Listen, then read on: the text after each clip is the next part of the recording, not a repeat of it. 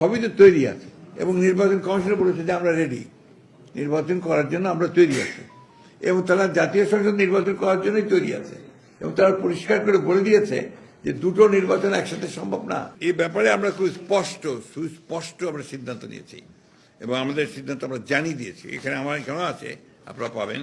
আমরা বলছি যে জাতীয় সংসদ নির্বাচনের পূর্বে স্থানীয় সরকার নির্বাচনের কোনো প্রশ্নই ওঠে না, কারণ এখন তো ফোকাসটা পুরো দেশের পুরো জাতির হচ্ছে আপনার এই জাতীয় সংসদ নির্বাচনের উপরে এবং ক্রাইসিসটা ওই জায়গাতেই।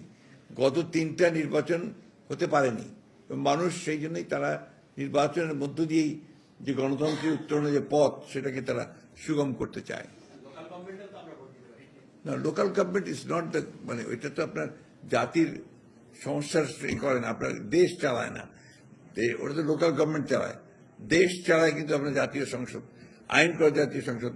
গণতন্ত্রের মূল বিষয়টাই কিন্তু হচ্ছে আপনার জাতীয় সংসদ। এটা যদি ফাংশনাল হয়, এটা যদি ইফেক্টিভ হয়, তাহলে গণতন্ত্র ফাংশনাল হয়, ইফেক্টিভ হয়।